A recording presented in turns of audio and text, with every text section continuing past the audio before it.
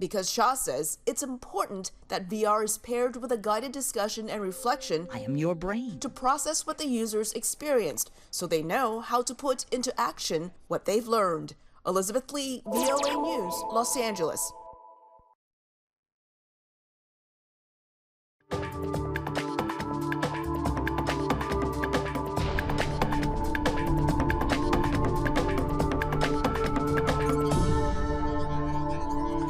صلاوين قرم بخير هاتن كورت كونكشن جدنجي امريكا لواشنطن نها هشتي سبيدا روجا يك شمية كورت كونكشن لسر تفايا بلاتفورمين دنجي امريكا تواشاندن وهروسا لسر ساتلايتا كانالي ان ار تي لایمینی شەوە هێرۆ زەنگەنە سلااوان لێبێت لەم بەرنامەیەدا چەند بابەتێکتان پێشکەش دەکرێت لەوانە سەردانی شاندێکی سیناتی ئەمریکا بۆ ئۆکرانیا دەستڕێژی گولە لە نێو بازارێکی ئەمریکا و وتوێژی نێوان تورکیا و سووریا کوردەکان نیگەران دەکات. چما يجب أندامتيا فنلند والسويد الناتو دا وهروسا خانمكا موسلي قوتين فالا لهر جهة دستوي جهتي ددا سرهف جبوكو دبارا جانا زاروكن خبي بكا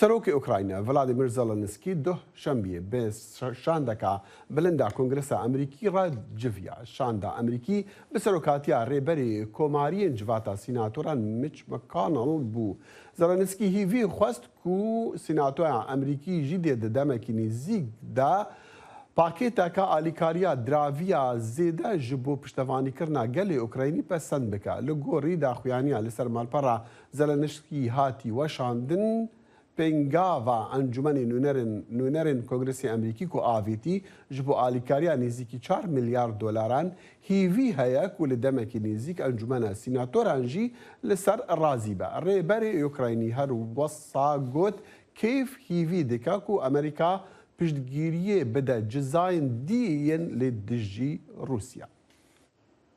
وەزیری دەرەوەی ئەمریکا ئەنتنی بلینکن گەیشتە ئەڵمانیا و پاشان سەردانی فەڕەنساش دەکات بۆ توێژی ناتۆ و بازرگانی ئەمەش لە کاتێکدایە کە فینلەندا دەڵێت بە فەرمی داوا دەکات بچێتە نێو هاوپەیمانێتی ناتۆوە لە هەمان کاتیشدا رووسیا هۆشداری لە دژی ئەو هەنگاوە دەدات. دەمێک و هێزن رووسیا بەردەوام لەسەر کوشتنا خەڵکی سڤیل لە ئوکراینیا وەزیرە دەرەوەی ئەمریکا ئەنتۆنی بلینکن دێ لە بەرلین گەل هەواڵبەندێ ناتۆ کومبیت بەریکۆ ڕۆژە دووشەمبێ بچیتە پاریس چێتبیت جڤینا ناتۆ لە بەرلین دلسەر پشتڕاستکردنا ڕێبەرên فنلەندی بیت ئەوێن داخوازە ئەندامەتییا ناتۆ بێگیربوون دکەن سوێد جی پێداچوونێت پێنگاوەکە وسەدا دکات هەفدەم دگەل هێرشا رووسیا بوو سەر ئۆکراینیا. Ez bawer dikim çi guman têde nîne û we ev yek di daxuyaniyên hejmarek serkirdeyên NATOyê de dît ku welatên endamên NATOyê piştgiriyek berfireh ji bo Fînland û Swêdê heye. Serokê Tirkiye Recep Tayyip Erdogan roja ayniyê gotî ew li dijî endambûna her du welatên Skandinafiya di NATO da ew wan bi pêşgirîkirina şervanên Kurd tawanbar diket.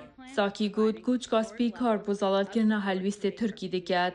Wezîrê Derve Finlanda Pekka Haavisto got ew hêvî diket ku êdelî vek hebît roja ekşembe li Berlîn digel hevberê xwe Tirkom bît û li ser vê kêşeyê baxivin. Wezareta Derve Roosya hoşyarî da ku beşdarbûna Finlanda Swîd bû NATO dê wek gefek bît li ser ewlekariya wê û dê ew bersivê det. Şaraza dibêjne dengê Amerîka egel Finlanda tevlî NATO bît dê hejandinek di sistemê ewlehiyê Ewropa da ket ji bo NATOyê hem ji bo Roosya. Sinûreka gelek û gelek dirêj e û helbet dê NATO gelek nêzik biket yan NATO dê gelek nêzîkî St. Petersburg biket û dê erdeka zêdetir li ser tixîbê beravaniya Roosya berdestî NATO bikir ji ber vê yekê ev e pêngav û guherînên mezin in. Michael Kimmage gotî Wezîr Blinken kesatiyeka navdar li Almanya çêtbît Berlînê han bidet xwe ji enerjiya Roosya dîr biket û çekên zêdetir û girantir bidete Ukrayniya. Ji ber pêçendê wahiye bikarînana piçeka hêza nerm ji aliyê Amerîka ve bo peydakirina handanê da Almanya ji pêdiviya gaza Roosya rêzgar biket. Ev pêngave li demek zû çê nabit lê li pêşa rojê dê çêbit. Seredana Blinken ya roja duşembe bo Parîs dê yekem seredan bît ev serokê Fransa Emmanuel Macron li meha borî dubare hatiye helbijartin. Ku helbijartineka biryardera berfireh tê dîtin di bergirîkirina welatên Rojava bû pêşgirîkirina Ukrayniya. هەر سەبارەت بە دوایین زانیاریەکان لەسەر ئۆکرانیا و کۆمەکەکانی جیهان بۆ ئەو وڵاتە دەچینە لای هاوکارمان بەڵێن ساڵح. بەڵێنم کاتت باش؟ ئەم کاتۆ باش شێرۆ. سپاس. ئایا کۆمەک و یارمەتیەکانی جیهانی ڕۆژاوە هەر تەنها لە ڕووی لەشکریەوە بۆ ئۆکرانیایە؟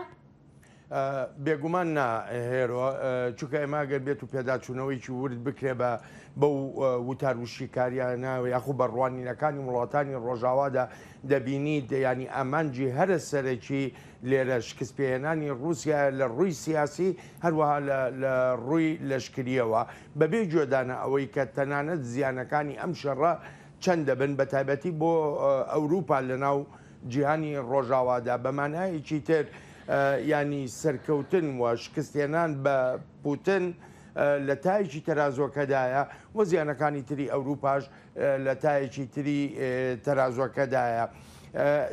بێلەوە گوتارەکانی وڵاتانی ڕۆژاوا زیاتر جەخت لەوە دەکەنەوە کە هەتا ئێستا لە وەتای مانجی دوی ڕابردووە کە ئەم شەڕە دەستی پێکردووە لەشکری رووسیا بێجگە لە شەرمەزاری تۆمارکردن هەم بۆ خۆی و هەم بۆ دەوڵەتی رووسیاش هیچ شتێکی نەکردووە. ئەوە تاوەکو دەبینین پەنا دەباتە بەر تۆقااندن ترساندنی خەڵکی سڤیل. بەڵام پرسیارە سەرێکیەکە هێشتاژە لەوەدا ماوەتەوە ئایا لەگەڵ سەرکەوتنە لەشکریەکانی جیهانی ڕۆژاوا لەم شەڕەدا لە ئۆکرانیادا چەندێک دەتوانرێت لە ڕووی سیاسیەوە هەمان ئەو سەرکەوتنە بەدەست بێنێ؟ بەڵێ کەواتە ئەوە ڕاستە کە دەگوترێت شەڕی ئۆکرانیا هەر تەنها لەو ڕەهەندەوە سنووردار نییە کە بگوترێت شەڕی رووسیا و ئۆکرانیا. بەڵێ بێگومانەوە زۆر ڕاستە چونکە ئێماگەر لە سەرەتادا هەندێک ئەگەر باز دەکرا کە ئەم شەڕە دەبێتە شەڕی رووسیا و ڕۆژاوا ئەگەرەکان لەو کاتەدا هەر ئێجگار لاواز بوون.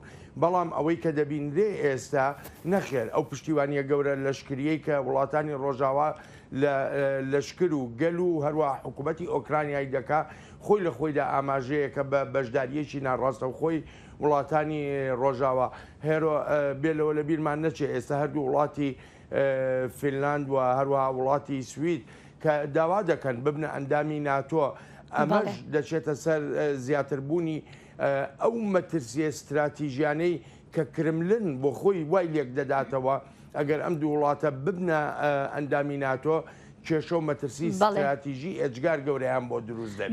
باشە بەڵێن ئەگەر ئەم شەڕە وەک ئەوەی چاوەڕوان دەکرێت درێژەی کێشا بۆ جیهان چی دەگەیەنێت؟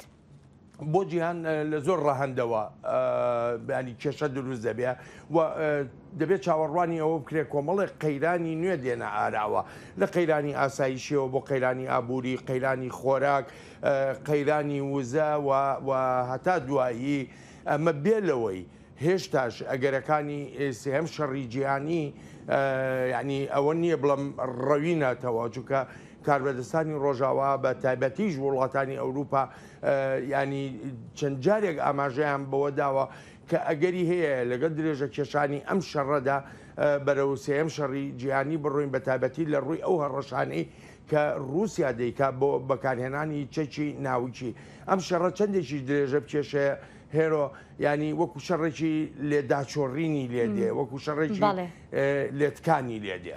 بەڵێ زۆر سپاس بەڵێن ساڵح لەگەڵماندا بووی. سپاس بۆتەوە. لە دەمی سەردانەکەیش بۆ ڕازین جۆتکاران لە ویلاتە ئیلینۆی سەرۆکی ئەمریکی جۆ بایدن گوت شەڕی رووسیا لە دژی ئۆکرانیا دابینکردنا خواردنی ئالۆزکریا و بەهاین هەر تشتیژی لە چارئالین جیهانی بلندکردە. لەوەر سەرۆک بایدن پێنگاو ji بۆ بەهێزکردنا پیشەسازیە چاندنی و جۆتکاریە ئەمریکا ڕاگەهاندن لێ دەمێکی کوشرۆڤەکار دەبێژن ئەف شۆکا چاندنی ڕەنگە ببە سەدەما پرسگرێکین گەردونیین درێژدەم نەمازە لە وڵاتین کووان کێم دەرامەت هەنە. باژارê Kankekî li wîlayeta Illinois cîhaneka dûrî kêyive lê bandorên şerê li Ukraynayê li vêrê jî di nav van wîşên genimî hespêtê kirin. Dagîrkirina Ukrayna ji aliyê Rûsya ve berî nêzîkî sê mehan, dabînkirina genimê cîhanî garis, ceh, طوڤên rûynî rûynê xwarinê û kûd xistine ber metirsiyê. Koçka spî dibêjit ji dema hêrişa Rûsyayê buhayên xwarina cîhanî 13% bilind bûne. Di dema seredanekê de ji bo zeviya çandiniyê roja çarşembiyê Serok Joe Biden got her tiştek ji destê wî bêt ew dê bike. Da ku cotkarên Amerîka ewle bike. Ew Serokê Rûsya Vladimir Putin bi vê yekê tawanbar dike. Bi rastî hûn pişta welatê me ne, ev ne hergotin e. Hûn xwarine didin cîhanê. Em dibînin di vî şerê Putin de li dijî Ukrayna hûn bingehê azadiyê ne. Roja çarşembiyê Serok Joe Biden destpêşxeriyek ji bo cotkaran ragihand. Teknolojiyek ku dê harîkariya cotkaran bike, da bikarin di salekê de du caran erdê xwe biçînin û kêmtir ziblî bikar bînin. Wî $500 milyon ji bo harîkariya cotkaran terxan kirine. Serokê Banka Berhevhînanan ya Ewropa vê hefteyê hoşdarî da û got Ukrayna qebarek zêde ya genimî heye. Ukrayna selika genimê Ewropayê ye û niha bi buhayê 8.5 milyar dolaran genim ku par hat embarkirin nikarin hinardeyî derve bikin ji ber ku rêka deryayê nîne. Ev yek ji mijarên girîng e ku divê em lê binêrin. Ji ber ku ew mirovên rênjberin. Ew niha zêde çandiniyê dikin wa diyare dê berhemeke baş bi destxwe bînin. Belkî heftê ji sedî ji berhema sala borî be dê çend mehên pêş de û piştre dê çi bikin? Niha bandor diyarin mehaborî cotkarên Sri Lanka beşdarî girevên dijî bilindbûna bihayê xorak û sûtemeniyê bûn. Ku ev tevgere bû sedema ji kardestkêşana hikûmetê û serokvezîrê welatî. Şirovekar dibêjin ku ihtimal e ev qeyrane li wan beşên cîhanê yên pitir zerer dîtine bandorê bike. Ew ji bo aboriya cîhanê kêşeyek rastî ne. Welatên ku pir bi derkirîna xwarin û enerjî ve girêdayî ne, ew welatên ku herî zêde bandor li wan hatiye kirin. û ew bi rastî dê pir zererê bibîn. Ji aliyê siyasî ve ji bo wan welatan gelek zehmetî diçêbin. Dîrok nîşa dide ku genim xwedîhêzeke mezin e dema ku bihayê nanî di sala 1788 li Fransa zêde bû. Gundiyan şoreşek dest pê kir û daxwaza hukmraniya li ser binemayekî azadî û wekhevî kir û piştî salekê şoreş çêbû. وەزیری دەرەوەی تورکیا مەولود چاوشۆغڵە ڕۆژی شەمانی گەرانی دەربڕیلەوەی سوید و فینلەندا بچنە نێو ناتۆوە بەهۆی ئەوەی وەک دەڵێت ئەو وڵاتانە پشتیوانی لە پەکەکە دەکەن. چاوشۆغڵۆ ڕایگەاند بەشێکی زۆری خەڵکی تورکیا دژی ئەندامەتی ئەو وڵاتانن کە پشتیوانی لە پەکەکە دەکەن و داوامان لێ دەکەن ڕێگری لەم ئەندامەتیە بکەین. گوتیشی بەڵام بێگومان کێشە هەن دەبێت تاوتوێ بکرێن لەگەڵ هاوپەیمانێتی ناتۆ و ئەو وڵاتانەشدا. چاوشۆغڵۆ گوتیشی لەگەڵ هاوشانە فینلەندی و سویدەکەیدا و توێژ دەکات لەسەر ئەو بابەتە. وەزیرە دەرەوەیە ئەڵمانیا ئەنا لێ نابرێک باک گوت ئەڵمانیا هەموو ئامادەکاری ji بۆ پێواژۆیە پەژراندنە بلەسکردنە دەمەک و فەنلەند و سویدی بڕیارێ بدن و داخوازە ئەندامەتیان ناتۆی بکەن. دە هەمان دەمیدە وەزیرە دەرەوەیە ئەڵمانی بالکشاندە سەر حەوجەداریە هەردوو وڵاتان بگەرنتین ئەو لە هەیە. لە ڕۆژە دووەمیا دانوستاندنین بە هەڤبەندین ناتۆڕە لە بەرلینێ ئانالینە برێکباک گوتە ڕۆژنامەوانان ئەڵمانیا هەر تشت ئامادەکردنەک و پێواژوویەک پەژراندنیە بلەس بکە وێ ئانی زمان و ئەندامین هەڤبەندیە دووشەمبیە هەڤبیر بوون و divê dinêv bera dema daxwazkirin û pesendkirina endametiya welatekî de dûdilî nebe. Divêt qonaxa veguhastinê nemîne mebestawî jî ew qonaxa ku dibe salekî vekêşe ji bo pesendkirina endametiya welatekî ku li wî demî ew welat nakeve jêr benda pênc ya parastina endaman. Ji bo pêtir şirovekirnavê mijarê bi mera Dr. İdrîs Ehmedî mamosta li Zankoya Karlstad ya Swîdê. Doktor beyanî baş zor spas bo katî cenabit çî mawa ta Swîd û Finland bibin bi endamî NATO? سپاس کاک دەخیل ئەوەی کەماوە بێگومان لە سوید ئەو حزبەی کە لە دەسەڵاتدایە حزبی سوسیال دموکرات قرارە ئەوڕۆ بڕیار بدەن سەبارەت بەوەی کە ئایا داوای ئەندامەتی لە ناتۆ بکەن یان نا. فینلەندیش بە نۆرەی خۆی ئەو بڕیارەیان داوە بەڵام ئایا ئەو پرۆسەیە دەتوانێت وەکو بۆ خۆشتان باستان کرد بە بەرچاوگرتنی دژایەتیەکە لەلایەن تورکیەوە دەکرایە بە ئەنجام دەگات یان ناوە بۆ خۆی پرسیارێکی کراوەیە. باڵێ دکتۆر دەمان حەزەکەم باسی تورکیا بکەم و هەڵوسی تورکیا و ئایا ناتو ئەندامانی دیکە چۆن بیر دەکەنەوە بەڵام بگەڕینەوە سەر ئەندامەتی ئێمە تێدەگەین ماوەیەکی نزیکە کەمترە لە 2 مانگ کە فەرلەند و سوید داوای ئەندامەتی دەکەن هەر کەسێک ترسی فەرلەند تێدەگاتن کە مێژوویەکی خراپی هەیە لەگەڵ رووسیا داگیرکردنی هەندێک خاک لە شەڕی دووەمی جیهانیدا و شتیوە بەڵام بۆ سوید ترسی هەبێ ئێستا لەبەرەوەی کە لە دوای ئەوەی کە رووسیا دوورگەی کریمی داگیر کرد لە ساڵی 2014 لە مانگی فێبروەری ساڵی 2014 سویدیەکان لە هەمان ساڵدا پەیوەندی خۆیان لەگەڵ ناتۆ بەهێز کرد لە مانگی سپتامبری 2014 ڕێکەوتنێکیان لەگەڵ ناتۆ واژۆ کرد کە بە گوێرەی ئەو ڕێکەوتنە هێزی نیزامی ناتۆ دەتوانێت کەڵێک لە خاکی سوید وەربگرێ بۆ ئەنجامدانی ئۆپراسیۆنی نیزامی و بە گوێرەی هەمان ڕێکەوتن هەم سوید لە حاڵەتی قەیراندا دەتوانێت لە ناتۆ یارمەتی وەربگرێت و ئەمانیش بە نۆرەی خۆیان لەسەر خاکی خۆیان و لە دەوروبەری سوید بتوانن یارمەتی ناتۆ بکەن. بەڵام دوا بە دوای داگیرکردنی یا بڵێن هێرشبردن بۆ سەر ئوکراینا ئیدی ئەو مەسەلەیە بۆ سوید ئەوەندەی دیکە وەکو خەتەرێکی استراتیژیک بەرجەستە بووەتەوە. بەڵام کاک دەخیل لایەنێکی دیکەشی کە بێگومان هەیەی ئەوەیە کە پەیوەندە بە سیاسەتی نێوخۆی سویدەوە ئەو حیزبانەی کە لە ئۆپۆزیسیۆندان بە تایبەتی ئەوانەی لە بەرەی ڕاست هندێکیان نزیک بە 20 ساڵە خوازیاریەوەن کە سوید چێتە نێو ناتۆوە و لە هاوینی ئەو ساڵدا لە سپتامبری ئەو ساڵدا لە سوید هەڵبژاردن بۆ پارلەمان دەکردرێت جا ئەم مەسلەیە بێگومان بۆ بە مەسلەیەکی نێوخۆیش و ئەو حیزبەی کە لە دەسەڵاتدایە حیزبی سوسیال دموکرات لەژێر فشاری نێوخۆییدایە کە لە پەیوەندیدا دەبێت مەوزوع بگرێن. باشە دژاتی تورکیا کێمە دەبیسین لە دوێنێ و پێرەوە کە تورکیا دژە سەردەگرێت تورکیا ئەو هەڕەشەی کە کردوویەتی یا و هۆشتیاریەی ڕنگ بێ دروستتر بێ بڵێن داوێتی بە گوێرەی شارەزایان دەتوانێت جۆرە هەوڵێک بۆ وەرگرتنی ئیمتیاز لەلایەن هەم سوید و فینلاند بە تایبەتی سوید دەڵبەتە و هەمیش ئەمریکا جا لێرەدا ئەگەر بێتەوە و ئیمتیازانە بە تورکیا بدرێت احتمالی زۆرە کە تورکیا پاشگەز بێتەوە لەو هەڕەشانەی کە دەیکا. باشە دکتۆر ریسی ئێمە دەزانین کە خەڵکی فەرلەند و خەڵکی سویدیش تا ڕادێک بێلایەن بوون لە چەند ساڵی ڕابردوودا بەرامبەر بابەتی کێشەکان لێ ناو رووسیا و ڕۆژ ئاوادا. ئێستا لە ماوەیەکی کورتدا بۆ چۆنی خەڵک گۆڕاوە خەڵکی ئەو دوو وڵاتە؟ بەڵێ بێگومان گۆڕاوە مەسەلەن بۆ نمونە دووەڕاپرسی کە لە سوید کراوە لەوێدا ژمارەی ئەوانەی کە خوازیاری ئەوەن سوید ببێ بە ئەندام لە ناتۆ زیادی کردووە ئێستا 51% خوازیاری ئەوەن کە وڵاتەکان ببێ بە ئەندام لە ناتۆ.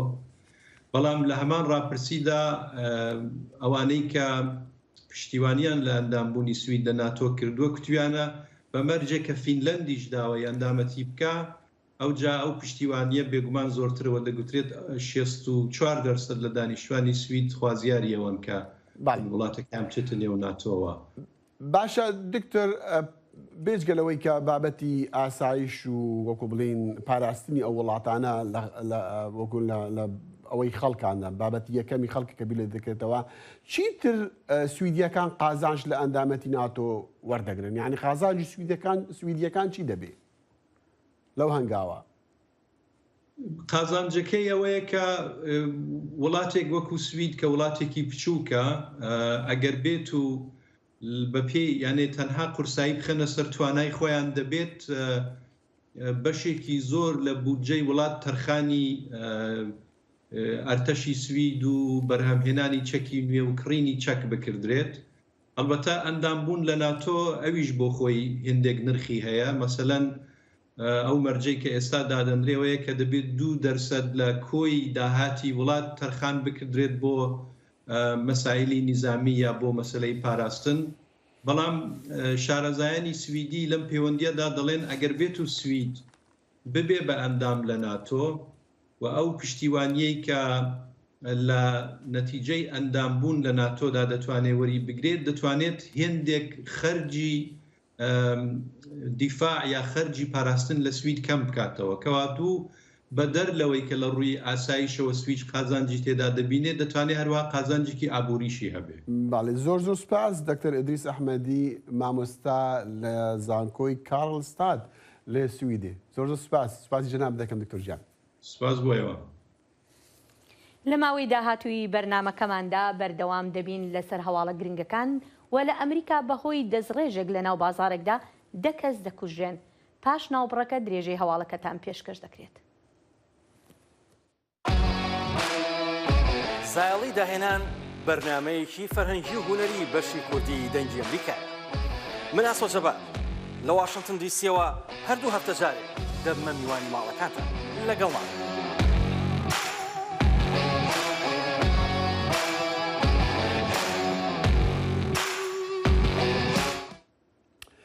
خۆرتەکی 18 ساڵی چەکدار دووشەمبێ دی بازارێکی بەفەلۆیە نیویۆرکێدا 10 کەس کوشتن و کاربدەستان گوت ئەو عێریش نژات پەرستی بوو بەرپرسێکی پۆلیسین بەفەلۆ جۆزف گرام گڵی گۆتجی چەکدارێک و زرخ و کومێ هەسینی لە بەرخواکردبوون خوادا دەست پشتی وی ئەو کۆمکوژیە ئەنجام دای وی گۆتجی دازانین کو ڕوودانەدا 10 کەس هاتنە کوشت و سێژی بریندار بوونە دناف قوربانیاندا 11 کەسین ئەمریکیین ڕەش بوونە. ستیف بێلۆنگیا کارمەندێ تایبەتێ FBI بەفەلۆ دێ کۆنفرانسێکی ڕۆژنامەوانیدا گوت لێ کۆلین تێکردن و ئەمێ vê بوویەرێ هەم وەکە سووجێکی نەفرەتی یا نەژادپەرستیێژی و هەم وەکە دۆزەک تونندوتیژی و یا تیرۆریستی بە مەبەستا نژادپەرستی لێکۆڵینێ لەسەر دەکەن. پشتیوانانی مافی لەباربردن لە واشنگتن ڕۆژی شەمە بەڕێپێوانێک چوونە بەردەم کۆنگرێسی ئەمریکا ئەمەش بەشێک بوو لە خۆپشاندانەکانی تری سەرانسەری وڵات لە کاتێکدا بۆ چوونێک هەیە کە ڕەنگە دادگای باڵا بڕیاری ڕۆڤی وەید هەڵبوەشێنێتەوە. راپۆرتێکی دزە پێکراو لە ناو دادگای باڵاوە نزیکەی 2 هەفتە لەمەوبەر ئەوە نیشان دەدات دادگای باڵای زۆرینە پارێزگار ڕەنگە بەم زوانە ئەو بڕیاری کە مافی لەباربردن بۆ ژنان بەرجەستە دەکات هەڵبوەشێنێتەوە. لەو کاتەوەی ئەم راپۆرتە دزەی کردووە خۆپشاندان لە سەرانسەری ئەمریکا دژ بە هەڵوەشانەوەی ئەو بڕیارە دەستی پێکردووە و ڕێکخەرانی خۆپشاندانەکان دەڵێن ڕۆژی شەممە نزیکەی 20,000 کەس بەشدار بوون لەو ڕێپێوانەی کە لە واشنگتن مانمێنتەوە لە بەردەم کۆنگرێسەوە تێپەڕ بوو تا بەردەم دادگای باڵا. لە بەرامبەریشدا ئەوانش کە بەرگری لە مافی ژیان دەکەن و دژی لەباربردنن ئەوانیش خۆپشاندان ئەنجام دەدەن. دەنگێ ئەمریکا جافکانیەکە پێباوەریان و چاو ئاگاهیان.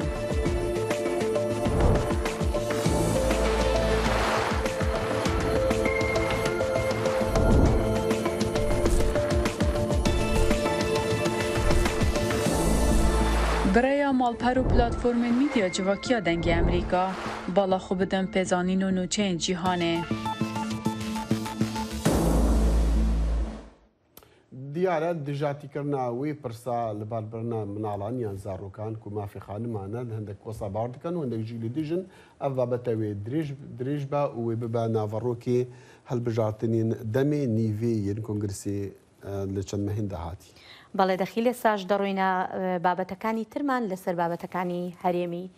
هەفتەی ڕابردوو کاربەدەستانی تورکیا پشتڕاستیان کردەوە لەگەڵ کاربەدەستانی ڕژێمی سووریا کۆبوونەتەوە. ئەم وتوێژانەش نیگەرانی لە نێو کوردەکانی سووریا دروست کردووە کە دەڵێن هەردوو حکوومەت هەڵوێستی هاوشێوەی نەرێنیان لە بەرامبەر کێشەی کورد لە سووریا هەیە. کوردên Sûriyê ji hevdîtinên di navbera rejîma Sûriye û Tirkiyeyê de metilsîdarin. Li gorî siyasetmedarên Kurdan têkiliyên di navbera herdu aliyan de û lihevkirina wan wê nekeve berjewendiya çara siyasî li Sûriyayê bi taybetî di mijara pirsa Kurdên Sûrî de. Endamê desteya serokatiya Enekes e. Nehmed Davûd dibêje got herdu alî ji bo çareseriya alûziya Sûrî tev nagerin. Her wiha nerîneka wan di derbarê çara doza Kurdiya Sûriyê de jî tune ye. جبر في روشتنا ضد دولتين وهردو جي نرين وان بالنسبة كردان نا نرينك أرينية مشروع كي شار سريع يا كردي الجم ريجي منصوري تنا بالعكس خدي نرينك قال كي سلبية بالنسبة تركيا شي تشتكي إيجابي بالنسبة قضية كردي وفي إطار شار سربة تنا جبر في بيجم جدر في إطار حل سياسي سوري بجديد بين رعايتك دولي دلها فكرني دفن هردو دولته خير قضية كردية أستيد نامي لاليه كيدن كردن باكور رجلاتي سوريا دوي باوريه دناغو تفي ناكوكين مزن يند نافبرا رژيما سوري و تركيا ده لهفديتن نافبرا وان ده نرا وستيانه انداما مجلسا گشتي يا پيدي ناروين جودي تكزدكه گو پروژه و گراندنا پنابرین سوری جی ترکیه یک ج انجامین هفکرنا هر دو آلیانه. به تخازی نبینا کرد و عربا دا آلوزی چه بکید نبینا کرد و سوریانه دا آلوزی چه بکی چماش برگو منفی حتا ویتی ده های یعنی جبو منفی حتا ویتی ده های جبوی وان ناکوکیا چه بکی جبوی ناکی وی نممکن بکو هگر بویرنگی ببی وی تو آلوزی سوری نوی چهار سر کردن نممکنه جی یعنی. لآلیه کیدن شوپینر باور دکینگو تکلیان دنابرا انقره و دمشق ده دجیر گارانتورا روسیای ده تینا ارگانیزی کرن. رویبری اوفیسا تکلیان لناوندا فرات یالی کولینان ولید چوری دیار دکه گو آرمانجا روسیای جوان هفدیتنان اوه گو هفسنگی دنابرا هوالبند خوده لسوریه بهز بکه نخاسم پشتی قلزبونا هبونا وی لسوریه. روسیا يجي خوازكو بجالي كي دهم تركيا وريجيم او وقت بيجي بن سرپشت پرسیاوی ناده کو نزیکایی که ortavan çeke de mesele bir proje Türkiye taybet yani ev ko ana Türkiye خوازه مليونك انسان مليونك لاجئ سوریه گو به شريطه حدودي ا روجاوای کردستان گو جیبینه و گوهرتنا دموگرافیک کو ته چکو لاجئات جیبینه و بازار عوام گوندوار عوام که ev diyar kırılmış bedengiyar Rusya'yı o yani ad rejimi taybet هجايا ببيرخستنا ياغو ده حفتيا بوري ده روجنامات تركيا تكازي لسر بيشكدرين دانوستاندرين گو لسر آستا دزگهن استخباراتي ووزارتا دروين تركيا ورجيما أسد بيك هاتن لي رجيما سوريا جي بردوام أبيك ردك لغوري سياسة مدارين كردين سوريا وغراندنا بيوانديان وهماهنگيا أو لكاري دنافبرا رجيما شامي و تركيا ده دكوا واري راواكرنا رجيما أسد گو بویه که همو هول ناف دولتیین درباره چاره سیاسی جبو کریزا سوریای و پیر دوزا کردین سوریای تیک دبه. زانا عمر دنگ امریکا قامشلو. قالوا اف جيفين لكودري بويا و تشبريار جدر كتنا وراستيا ويت تشتهشتا قالك نرهنن لديسا انها راستا وخب مره بامني دنجي امريكا زانا عمر قامشلو زانا ام تشد زانن بشتيتا او رابورت اماده كري زاني على دي الدن دستكاتنا لسروية جفيني دم باش بري شخو او زانياري لسر عرضي قالك ديار دبيغو جي هياما سيمهان ورده حتى بريا راغاندنا بروجيا وغراندنا 1 مليون كوجبر جاليه تركيا ده قرتنا درجهن بازرگاني و چونو هاتن دنابرا هرم ريفبريا خسر و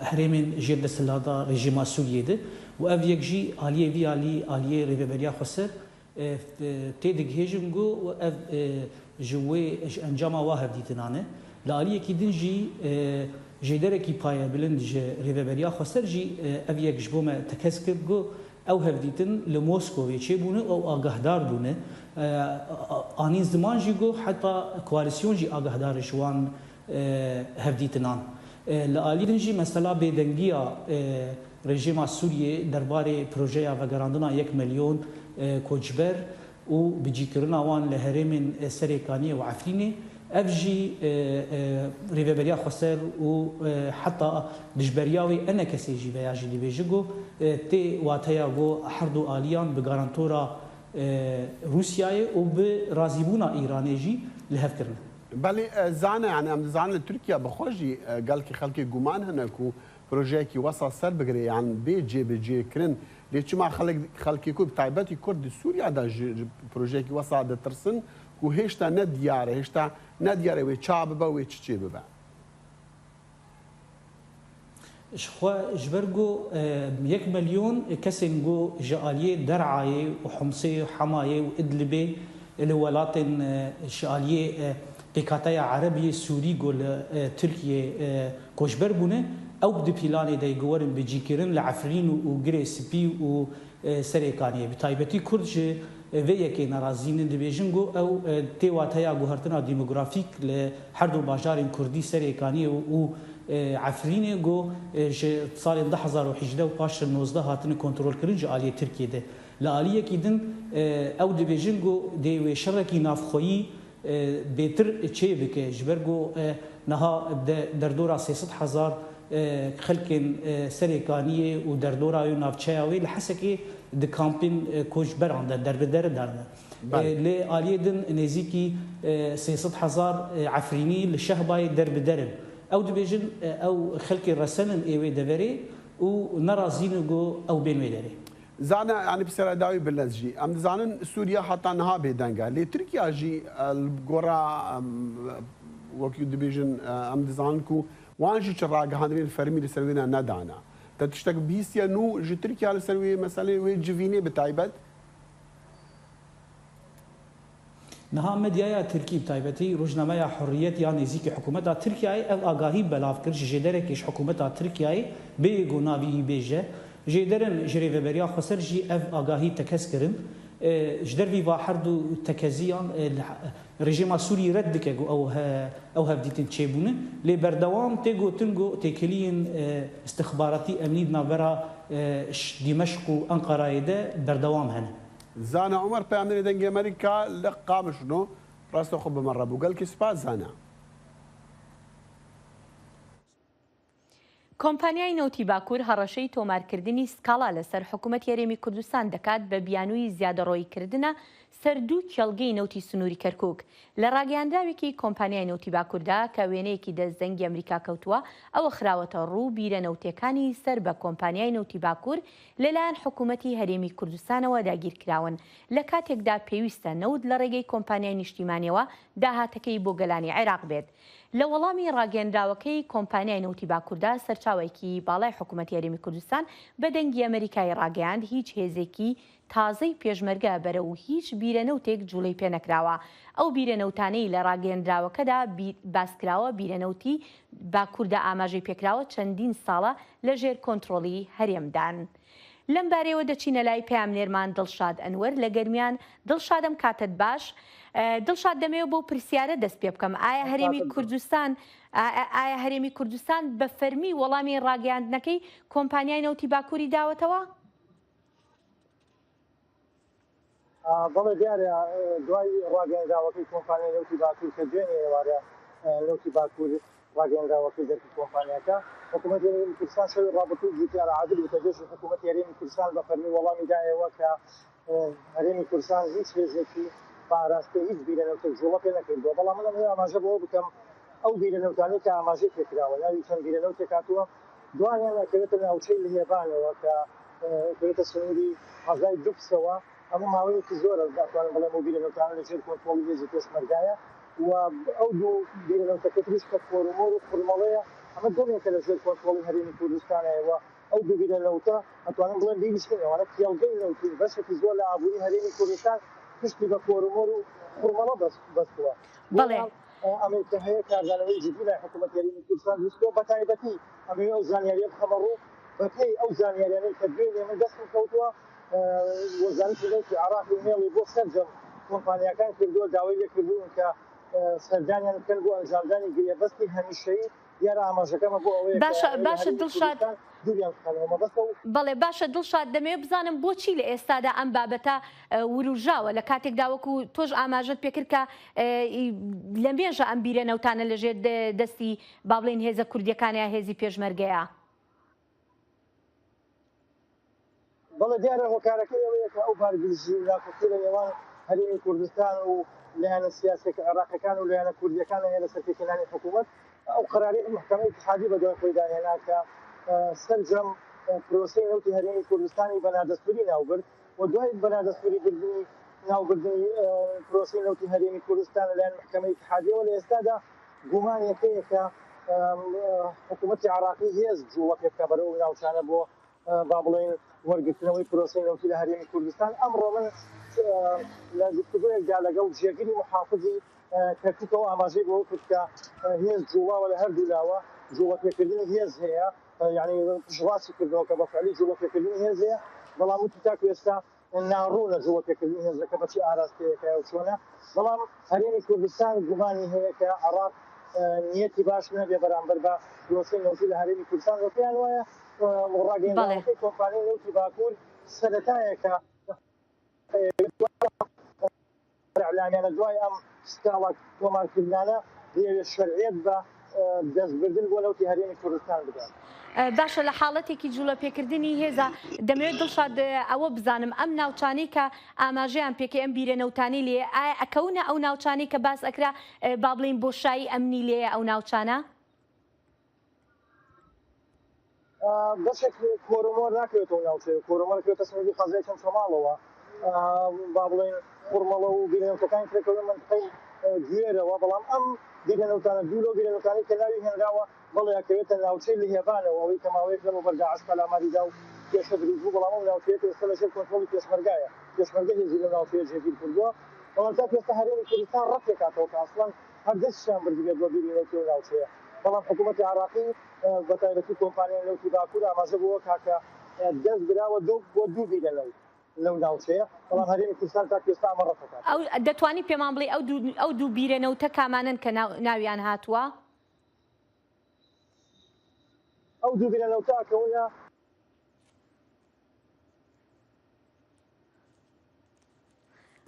بەڵێ بەداخەوە لەواچێ پەیوەندیەکەمان لەگەڵ پامنێرمان دڵشاد ئەنوەر لە گەرمیان بترا. دڵشاد سپاس دەکەین کە لەگەڵماندا بووی.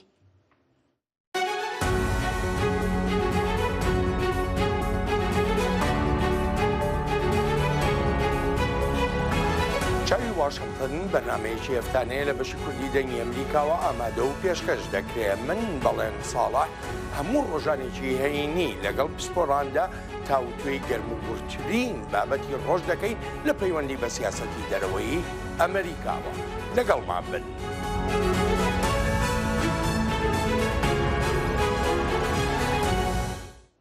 حتا لە جیهن و خەتەر لەسەر ژیانە خەڵکی هەنە دایک و باب خوا دەیخنوان خەتەریاش بووکو ژیانە زاڵۆکن خوا دابین بکرد. من نمونەیەکە لەکو خانمەکە ژیانە خوا دێختە خەتەری هەتا ژیانە زاڵۆکن خوا دابین بکەن. بەڵێ سەبریە ژینێکی دانیشتووی مووسڵا کە ڕۆژانە بە کۆکردنەوەی قوتووی خاڵی و فرۆشتنیان بژێوی ژیانی منداڵەکانی پەیدا دەکات. بەهۆی ئەم کارەشی ڕۆژانە مەترسی پاشماوەی مینی چێنراوی لەسرە. لە مۆسڵێ ژنên wesa zeheft hêne dîtin ku li ser cada kar dikin da kondanê zaroyên xwe bi dest bixin. Lê çîroka sabriyayê gelek ya balkêş e. Ev jine serê sibê qesta cihên komkirina ziblî û bermayekên malan diket da ku çend qutoyên vala kom biketin û bi bihayekê erzan firûşît ji ber guptinê ew serederiya xêzana xwe diket.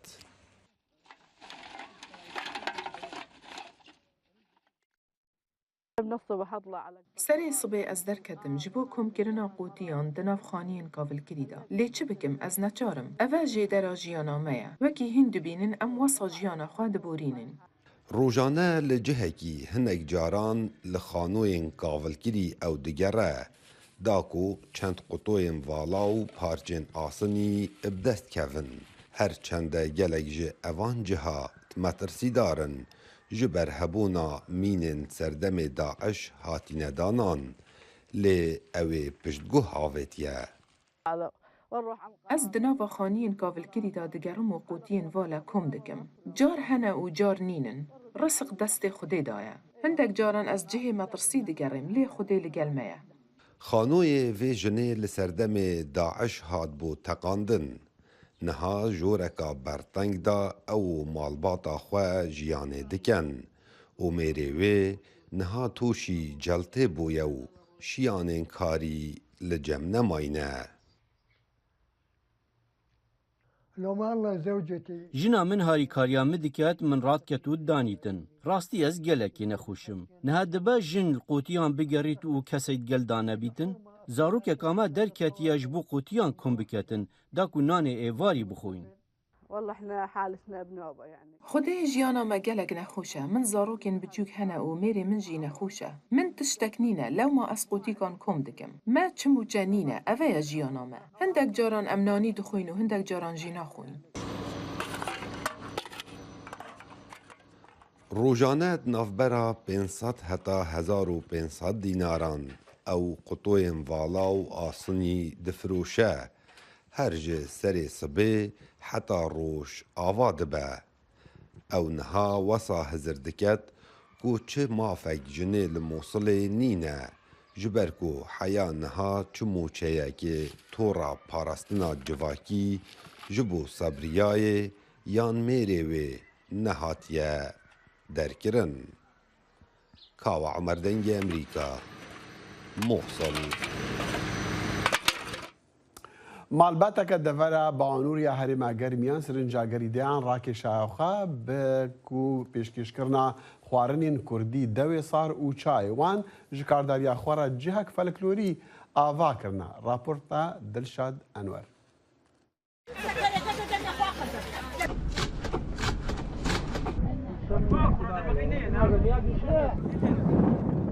شوێنێکی فۆلۆکلۆری گەشتیاری دروست کردووە.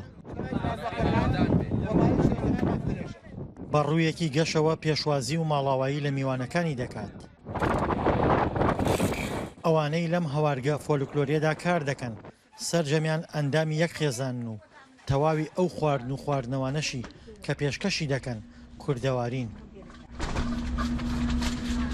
وڵای ئەم شوێنە بەڵێ یەکەم جار بەڵێ ئیستیفادەی خۆمانە بۆ ئەوەیە دووسی عایلە لێرە ئیشەکە بۆ داهاتوو بژێوی ژیانی خۆمان دووەم جاری ژۆی وامانزانی فراغێکەیە لە منتیقەی دەربەنی خان بۆ کەلار گەرمیان وتمان ئەم فراغە پڕکەینەوە پشتیوان بەخوا ئێمەش لە خزمەتی ئەو میوانە بەڕێزاین بە هەموو شتەکانمان بە کوردەواری دۆی سارد دۆی مەشکەی خۆمان یەلکەی کوردیمانەیە کەرێمانەیە پەنێرمانەیە کالانەمانەیە شلۆ برنجمانەیە بە هەموو شێوەکان ئێمە خزمەت دەکەین ئێمە من خۆم و دایکم و خۆشکم و خێزان مستافێکین ئەوان هاوکار من ئەلحەق ئەوان هاوکار من بۆ تەواوکردنی ئەم کارەکانمان ئەم جێگە فۆلۆکلۆریە کە بە کەپر و ڕاخەری کوردەواری ڕازێنراوەتەوە لە تەنیش جادەی سەرەکی کەلار سلێمانی و بەسەر ڕووباری سیرواندا دەڕوانێت. ئەو خێزانەشی کە شوێنەکە بەڕێوە دەبن هەریەکەیان کارێک ئەنجام دەدەن. دایکیان مەشکە دەژەنێت و دۆ و کەرەی کوردەواری پێشکەشی میوانەکانی دەکات. هاتی بۆ لای من پاستەکەم باوەێکدا. بووک و کچەکانیشی سەرقاڵی دروستکردنی کەلانە و برژاندنی کەلانەن کە کڕیارێکی زۆری هەیە. ئابراکەمە. کوڕەکانیشان سەرقاڵی خزمەتکردنن.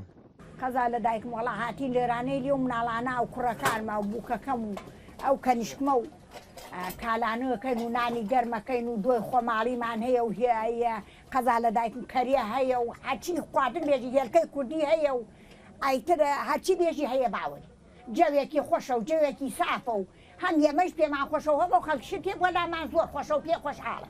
ئەو خەڵکانەشی ڕوو لەم شوێنە فۆلۆکلۆریە دەکەن. لە ژێر کەپر و لەسەر ڕاخەری کوردەواری چای ڕەش دۆی سارد نۆش دەکەن. زۆرێک لەوانەشی سەردانی ئەم جێگەیە دەکەن بە خێزانی و پێکەوە دێن. وەڵی ئەم چای ئەم دەشتار لە خۆیەوە کە بە ئارودارێکە تامێکی تری هەیە لە زەتێکی تریە بەتایبەتی لە کەشێکی ئاوا کەشێکی وای خوڵقاندووە وارگەیەکی جوانی دروست کرۆ لێرا سێرێکم کەشە هەستەگەی لە ماڵێکی خۆتایی لە شوێنێکی خۆتای کە لادەیە وەکو چۆن بە دڵی خۆ دروستی کرێ بۆ شۆ خوڵقاندوێتیان پێەوە کەشێکی خۆشی دروست کرۆڕێت. لێرە ئاگر خۆش کراوە و برنج و گۆشت و فاسۆلیا بەسەر خەڵوزەوە هەمیشە ئامادەیە.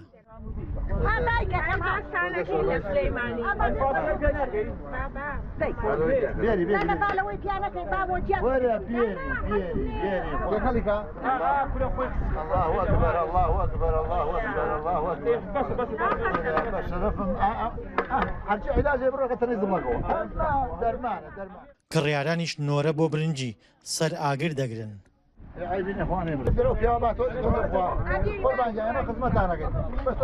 برنجی ئارەکەین و شلەکەین و ئایتر هەرکیەوە پێداویستی خۆی هەر داواکاری خۆی احتیمالە کابرا حەزی لە بێوارە بێ بەرە ئەتوانێت عەزر تەلەفۆنمان بۆ بکاو ئێمە خزمەتی بکەین. قوربانگیان شتەکانیشمان هەمووی فرێشە کوردەواریە بێزیان 1 کیلۆ ڕۆن بخۆ لە ئێرە زەمانی جەڵدە دەکەین. خۆشەویستن. ئەوانەی سەردانی ئەم شوێنە فۆلۆکلۆرەی نزیک ناحەی باوەنووری دەڤەری گەرمیان دەکەن وەک خۆیان دەڵێن خواردن و خواردنەوەی ژێرکەپر و دەوار جگەلەوەی چێژێکی تایبەتی هەیە هاوکات لە ماڵیش دوور دەکەونەوە و جەوێک دەگۆڕن.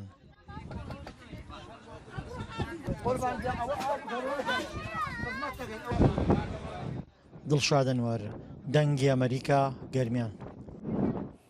جارێکە دیەم ڤەگەڕن قامش و دەگەل نێزیکبوونا وەرزی چینینێ لە هەرێمن باکوور و وشەڵاتە سووریێ و بلندبوونا دەرەجەیە گەرمێ خەتەرە ئاگری دەست پێ کریا دەشتی و بەرهەمین چاندنیێژی بلند بووە.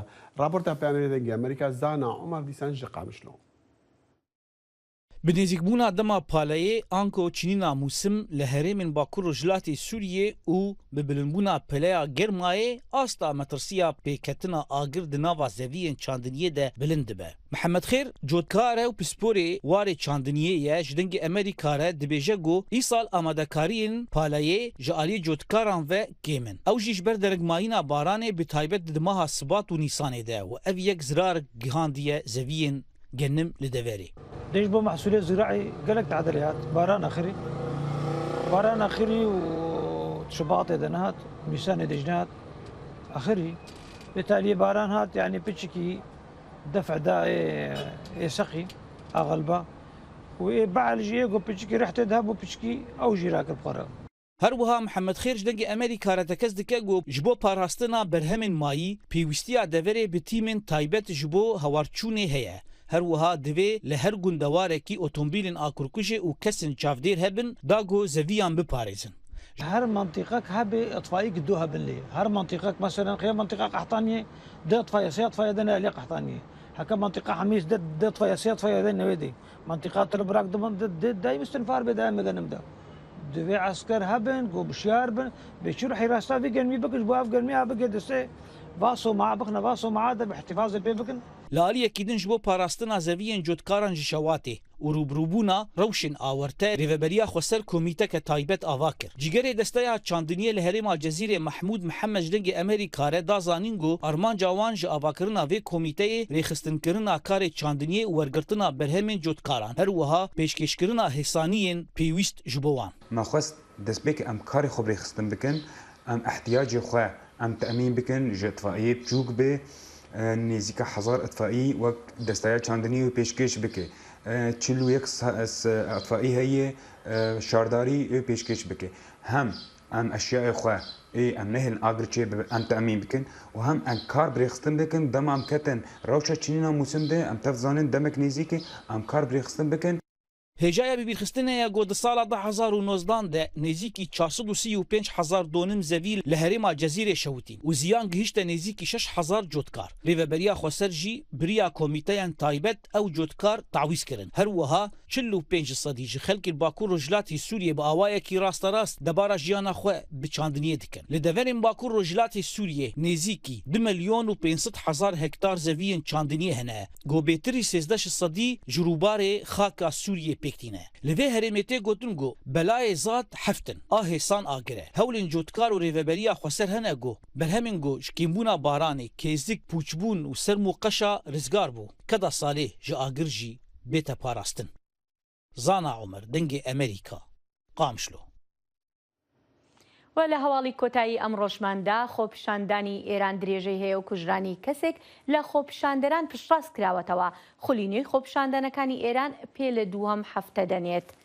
خولینەوەی خۆپیشاندانەکانی ئێران وەکو ئاماژەمان پێکرد پێ لە دووەم هەفتەی دەنێت و ئێوارەی شەمە لانیکەم لە چەند شارێک لە پارێزگەی چارمەحاڵ و بەختیاری و شارۆچکەی کارون لە تاران خۆپیشاندان بەردەوام بوو و خۆپیشاندەران دروشمیان دژ بە ڕێبەری باڵای کۆماری ئیسلامی و سەرۆکی وڵاتەکە دەگوتەوە بە پێی زانیاریەکانی سۆشیال میدیا دۆخیەمنی شارە جۆراوجۆرەکان تا ئێستا لە جێی خۆیدایە و بۆ ڕێگریکردن لە تەشەنەسەندنی خۆپشاندانەکان و تا ئێستاش لانی کەم کەسێک لە کاتی خۆپشاندانەکانی خوزستان لەلایەن هێزە ئەمنیەکانەوە کوژراوە. وبەری خدا حافیزیە ژیمە خواست ئەم بێژین و بەرنامە ژن و ژیان یا vê heftiyê wê taybet be bi tevgera xaniman dê dezgehên ragihandinê de. بەڵێ دەخیل بەرنامەی ژینی ژنان. بەڵێ ئازیزان دەتوانن لە دەنگی ئەمریکا.com یان دەنگی ئەمریکا.com لەم هەفتەیەدا بینەری ئەو بەرنامەیە بن. بدوعا. کاتێکی خۆش.